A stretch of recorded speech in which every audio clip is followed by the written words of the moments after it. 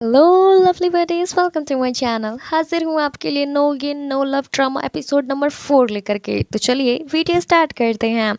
Drama के starting में हमें हाजुन को दिखाया जाता है जो कि क्लास के बाहर बैठी होती है। उसे पनिशमेंट मिला होता है। तभी वहाँ पर हाजुन आता है क्योंकि उसे भी पनिशमेंट मिला था और ये दोनों हाई स्कूल के फ्रेंड भी थे और क्लासमेट तो थे ही।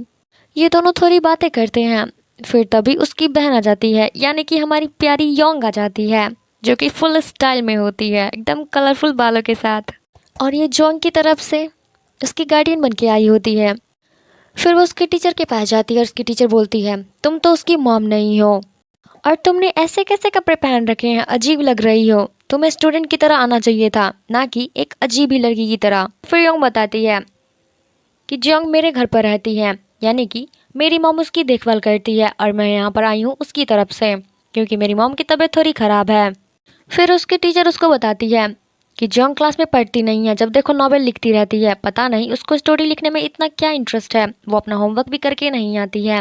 तुम उसे समझाओ कि वो एक गरीब लड़की है, उसे गरीब लड़की की तरह रहना चाहिए, अपने होमवर्क को कंप्लीट करना चाहिए, साथ में पढ़ाई पे पूरा ध्यान देना चाहिए। उसे कहो कहानी लिखना बंद करें क्योंकि वो बहुत ही फालतू फालतू स्टोरीज लिखा करती है। फिर योंग बताती है क्या पता आगे कि जोंग एक सीरियल किलर बन जाए या फिर एक बहुत ही बड़ी राइटर बन जाए। फिर स्टोरी वापस प्रेजेंट में आती है जब वो दोनों बातें कर रहे होते हैं, यानी कि जोंग और हाजू बातें कर रहे होते हैं। जोंग तो काफ़ी ज़्यादा एक्साइटेड होती है और बहुत ही ज़्यादा हैप्पी होती है। हाजुन तो काफ़ी ज़्यादा हैरान होता है क्योंकि उसे पता नहीं था कि योंग ही उस टाइम में आई थी, वो उसकी गार्डियन बन के, यानी कि उसी की वो ऑफिस वाली लड़की जो कि कार्ड बांट रही थी, मैरिज वाला। फिर हाजू उससे पूछता है, तुम अभी भी बच्चों वाली स्टोरीज लिखती हो? कंपनी भी ऐसे राइटर को ढूंढ रही है जो बच्चों के लिए कहानी लिखते हैं, तेरे कंपनी में आना पसंद करोगी? ये बात सुनते ही, बच्चों की स्टोरीज नहीं लिखती हूँ अब। फिर हाजू बोलता है, तो क्या फेरी टेल्स वाली स्टोरीज लिखती हो तुम? तो फिर जोंग कहती है, हाँ मैं वही स्टोरीज लिखा करती हूँ। फिर वो कहती है कि मेरी स्टोरीज पढ़ने के बाद इंसान को काफ़ी ज़्यादा सेटिस्फैक्शन मिलता है।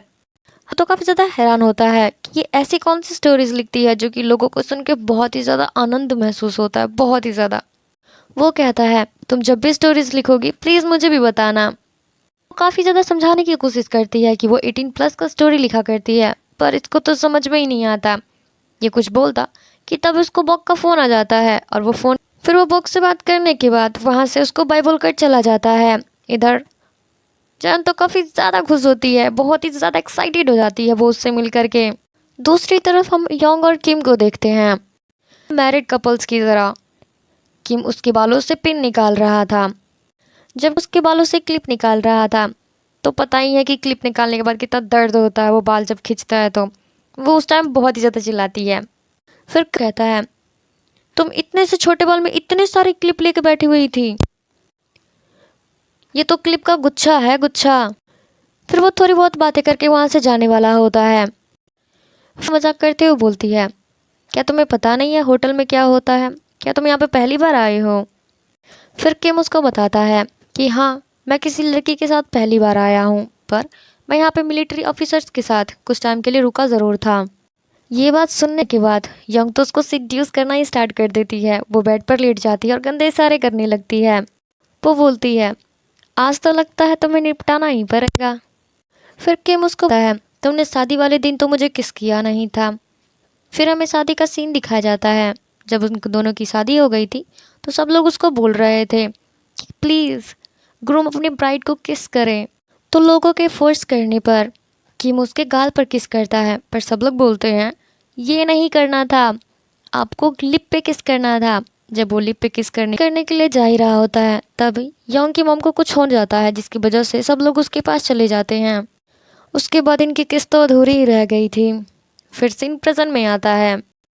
फिर योंग उसको बोलती है, हाँ तो फिर किम उसके पास धीरे धीरे आता है, उसे बेड पर लेटाता है और बोलता है, मैं इस होटल में पहली बार ज़रूर आया हूँ पर मुझे पता है लोग यहाँ पर क्या करते हैं।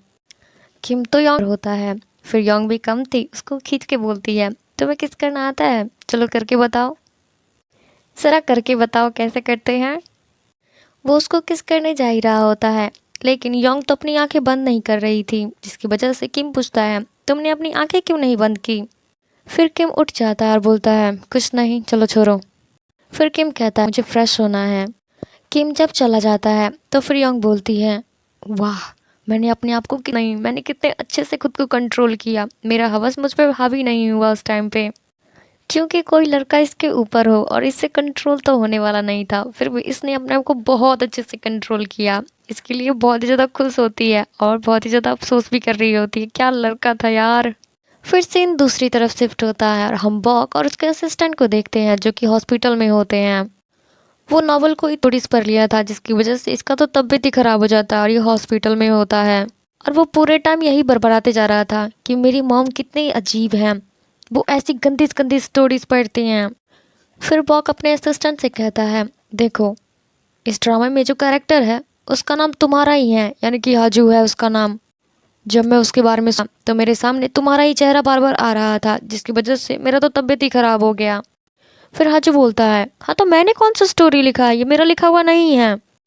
फिर बॉक कहता है पता नहीं इस स्टोरी का राइटर कौन है, बस मुझे मिल जाए मैं उसको छोड़ूंगा नहीं। फिर हाजू बोलता है पहले मुझे ये बताओ कि इस स्टोरी में जो कैरेक्टर है और उसका नाम भी हाजू है, यानी कि तुम जब स्टोरी पढ़ रहे थे तो मुझे इमेजिन कर रहे थे, मतलब आप मेरे लिए बहुत गंदा सोचते हो, आपकी हिम्मत कैसे हुई। तभी बॉक बोलता है मैं तुम्हें नहीं सोच रहा हूँ, ये स्टोरी मेरी मम्मी पढ़ती हैं। और वो बोलने के बाद काफ़ी ज़्यादा रो रहा था। हाजू जब ये सुनता है वो तो बहुत ही ज़्यादा हैरान हो जाता है और कहता है व्हाट, क्या आपकी मम्मी ये कहानी सुनती है, मुझे यकीन नहीं हो रहा। फिर सीन दूसरी तरफ शिफ्ट होता है, यानी कि हमारे किम और योंग पे। वो दोनों पैसे गिनने में बिजी होते हैं। योंग को यहाँ पर नींद आ रहा होता है और वो काफ़ी थकी होती है, जिसके बाद किम उसको बोलता है कि आप सो जाओ, मैं पैसे गिन लूँगा। तो फिर योंग कहती है मुझे तुम पे भरोसा नहीं है, कहीं मेरे पैसे लेके भाग गए तो। फिर किम कहता है जब तुम्हें मुझ पे भरोसा नहीं था तो तुम मुझसे शादी कैसे कर सकती हो। तो फिर योंग बोलती है मुझे नहीं पता था, शादी करने के लिए भरोसा होना ज़रूरी है, मुझे पता नहीं था। फिर योंग उसको बताती है पहले तुम मुझे बताओ कि तुम्हें मुझ पर भरोसा क्यों नहीं है। तो फिर योंग बताती है तुम अपने बारे में बहुत सारी चीज़ें मुझसे छुपाते हो, जैसे कि तुम्हारी फैमिली में कितने लोग हैं, कौन कौन हैं, कहाँ पे रहते हो, और वो तुम्हारी कनाडा वाली स्टोरी तुमने मुझे कभी नहीं बताया, बस बताया कि हाँ तुम किसी को जानते हो और वो तुम्हारे पीछे पड़ा हुआ है। फिर किम उसको बताता है कि उसकी मॉम शादी करके कनाडा चली गई थी, वो किसी लड़के के साथ भाग गई थी, जिसके बाद उसकी नानी ज़्यादा परेशान रहती थी उसके लिए, और मेरी नानी माँ ने मुझे पाला था। किम अपनी पूरी सैड स्टोरी बता देता है, जिसके बाद योंग तो काफ़ी ज़्यादा इमोशनल हो जाती है। फिर सीन दूसरी तरफ शिफ्ट होता है और हमें योंग को दिखाया जाता है जो कि अपने बाकी सारे कमेंट्स को पढ़ रही होती है। वो सारे नेगेटिव कमेंट्स पढ़ रही थी जो कि बोक ने किया था। फिर दूसरी तरफ हमें योंग को दिखाया जाता है जिसने उन सारे पैसों को जाकर के अपने बैंक में जमा कर दिया था, क्योंकि वो तो बहुत ज़्यादा अमीर हो चुकी है ना अब। फिर वो किम से बोलती है मैंने सारे पैसे बैंक में डाल दिए हैं, तो क्या हम हनीमून पर चले।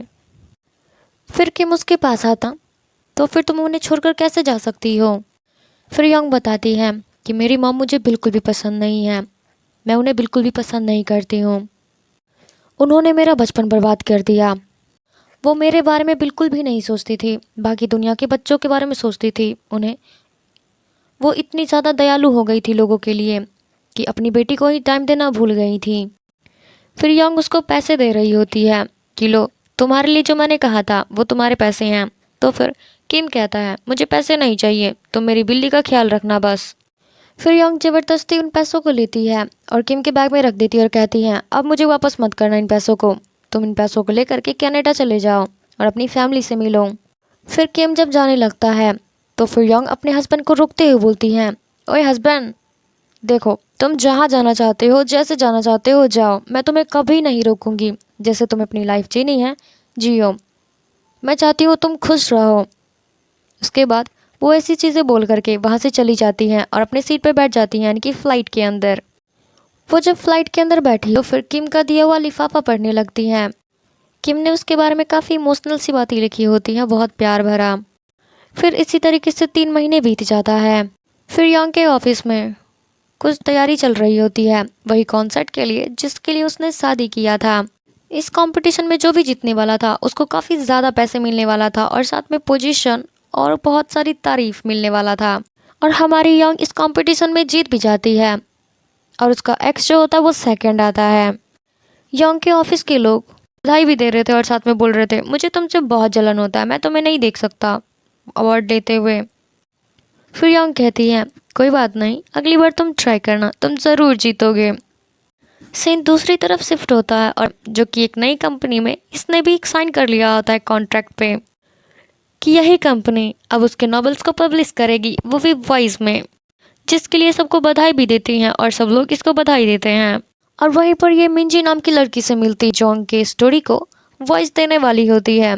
फिर जंग जब जा रही होती है तो उसकी एडिटर उसको बताती है कि जिसने आपकी स्टोरी के बारे में गंदा कमेंट किया था, हमने उसके बारे में पुलिस में कंप्लेन कर दिया है और वो उसके लिए काफ़ी ज़्यादा स्ट्रिक्ट होगा।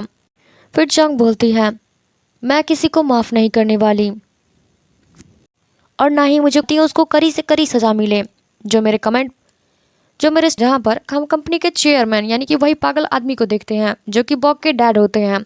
वो आते ही अपने बेटे को खूब पीटते हैं बहुत अच्छी तरीके से। हाँ जो तो एकदम चिप्स कुरकुरे खा करके मजे ले रहा था, एकदम इंटरटेन हो रहा था वो तो खूब ज़्यादा, उसको तो बहुत अच्छा लग रहा था उसकी बॉस की पिटाई होते हुए देख करके। बॉक के डैड इसीलिए भड़क रहे होते हैं क्योंकि उनके घर पर नोटिस आया होता है जो कि जियोंग ने उसके ऊपर पुलिस कंप्लेन कर दिया था। उसके डैड उस पर कुछ ज़्यादा भड़कते हैं। उसके डैड बोलते हैं इतनी गंदी गंदी स्टोरीज पढ़ते हो और साथ में इतने गंदे कमेंट करते हो, तुम्हारी हिम्मत कैसे हुई। फिर उसकी मॉम उसको समझाती है और कहती हैं पहले खुद का करैक्टर देखो, तुमने कितने गंदे काम किए हैं मुझे भी पता है, लड़कियों को इतने गंदे नज़रों से देखते हो, पहले अपने आप को सुधारो फिर अपने बेटे को सुधारना। फिर उसके डैड कहते हैं मेरी बात छोड़ो, पहले अपने बेटे को देखो, इसने कितना गलत किया है, हमारे घर पर नोटिस आया है। तो बॉक को बोलते हैं तुम पैदा ही क्यों हुए, जब से पैदा हुए हो तब से प्रॉब्लम ही खड़ी करते जा रहे हो, तुमसे कंपनी भी संभाला नहीं जा रहा है। इन्हीं सारी चीज़ों में फंसने के यंग को प्राइज़ देने के लिए नहीं आ पाता है और वहाँ पर एरिन अनाउंस करती नहीं आने वाले हैं और आप लोग जो नहीं होती है तो अपने सामने वो मिंजी को देखती है और वही सॉन्ग के बॉयफ्रेंड को भी देखती है और उस लड़की को मिंजी के डेट पर जा रहा होता है। इधर जियोंग सोच रही होती है मिंजी तो डेट पर जा रही थी, यानी कि सॉन्ग का बॉयफ्रेंड उसको डेट पर लेके जा रहा था और वो सोचती है यानी कि वो चीट कर रहा था उसको, यानी कि वो उसको चीट कर। फिर दूसरी तरफ हमें योंग और उसके कलीग्स को दिखाया जाता है जो कि जीत की खुशी में पार्टी कर रहे होते हैं। योंग को तो काफ़ी ज़्यादा प्राइज़ मिला था और उसके एक्स को एक छोटा सा प्राइज़ मिला था, पर वो काफ़ी खुश नज़र आ रहा था। यहाँ पर इसकी तो फिर उसकी फ्रेंड बोलती है तुम अपने हस्बैंड से पूरे 3 महीने से नहीं मिली है और ना ही कोई कांटेक्ट किया है। मगर यहाँ पर इसने अपने ऑफिस के सारे लोगों को बता दिया था कि वो कनाडा में अपने किसी काम की वजह से गया है। फिर वो शॉप पर उसको मिलने के लिए जाती है और वो शॉप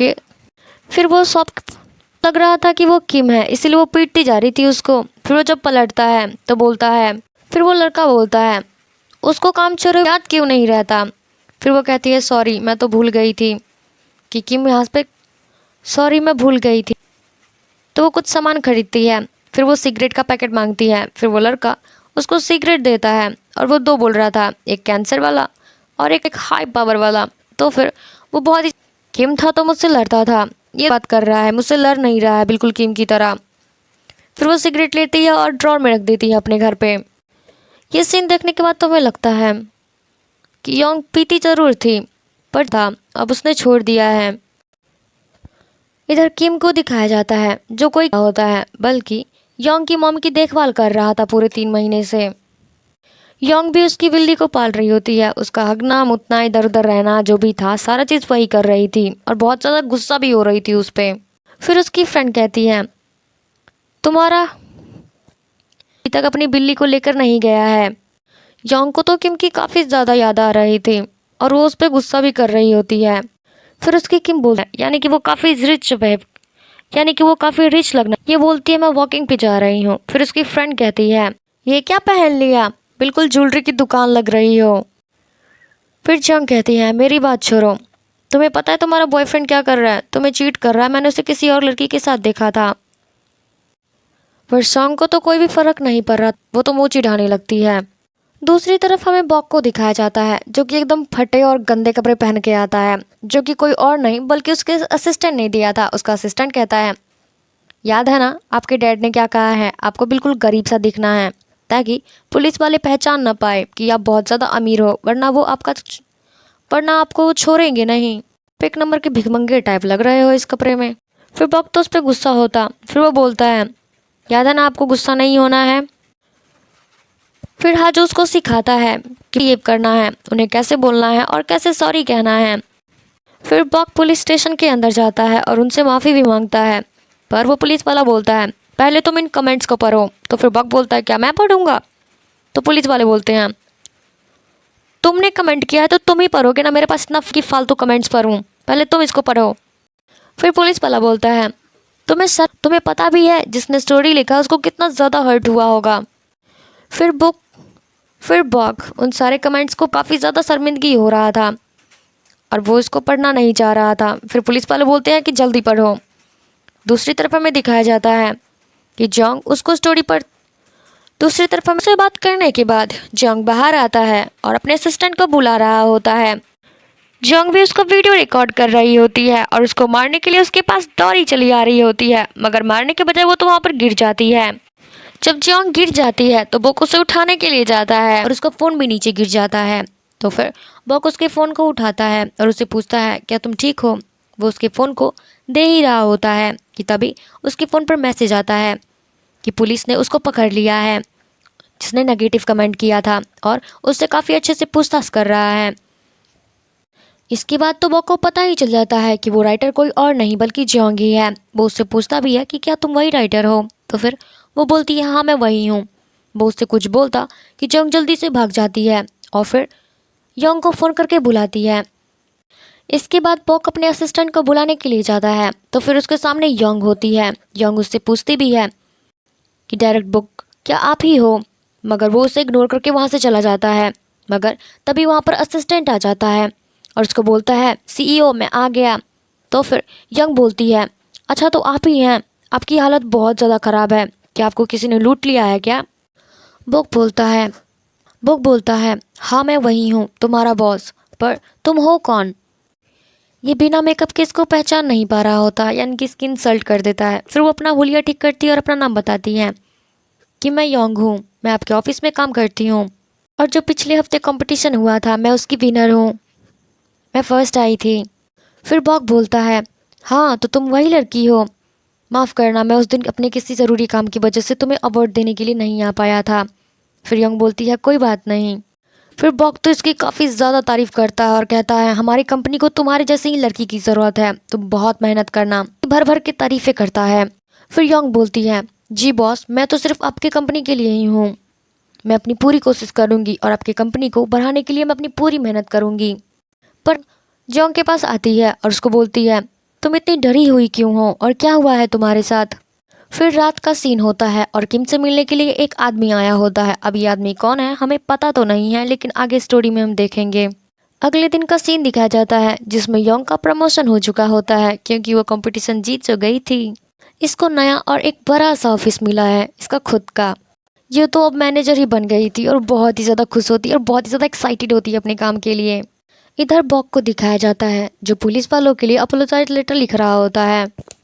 तभी उसके सामने उसका असिस्टेंट आता है, यानी कि हाजू आता है। हाजू बोलता है कि मैं अपने फ्रेंड से मिलने के लिए जा रहा हूँ। तो फिर सीईओ बॉक बोलता है कि तुम्हारी हिम्मत कैसी हुई, ऑफिस के टाइम में अपनी फ्रेंड से मिलने के लिए जा रहे हो?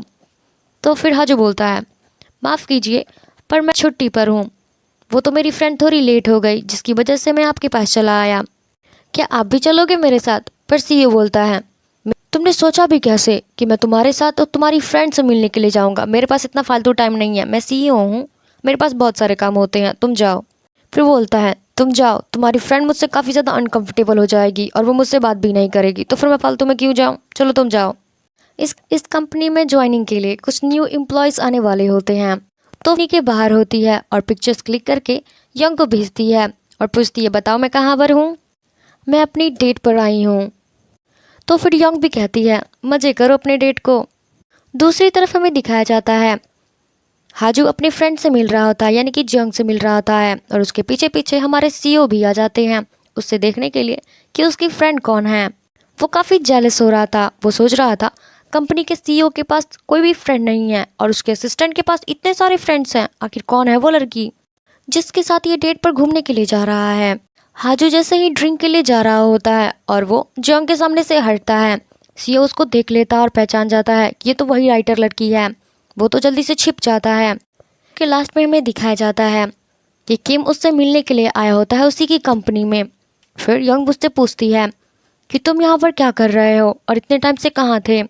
इसी तरीके से हमारा एपिसोड नंबर 4 ख़त्म होता है। आई होप कि वीडियो आपको अच्छा लगा हो।